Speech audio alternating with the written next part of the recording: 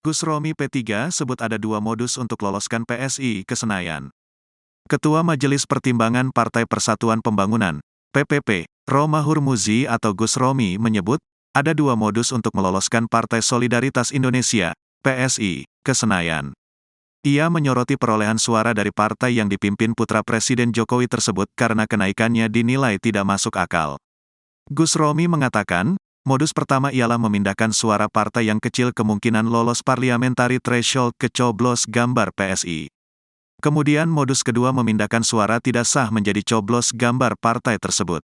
Modus pertama, memindahkan suara partai yang jauh lebih kecil yang jauh dari lolos PT, parliamentary threshold, kepada coblos gambar partai tersebut, kata Gus Romi, dikutip dari Kompas.com, Senin, tanggal 4 Maret tahun 2024.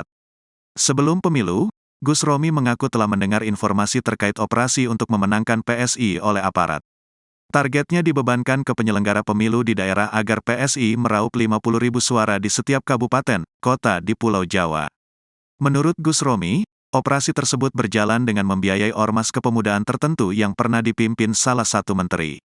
Salah satu agenda mereka adalah memobilisasi masyarakat agar mencoblos logo PSI di surat suara. Namun dalam perjalanannya, operasi tersebut tidak membuahkan hasil seperti yang diinginkan. Berdasarkan hasil hitung cepat sejumlah lembaga survei, suara PSI jauh di ambang batas parlemen, yakni di angka 2%. Namun, sejumlah surveyor mengendus ada kejanggalan jika melihat hasil sirekap KPU.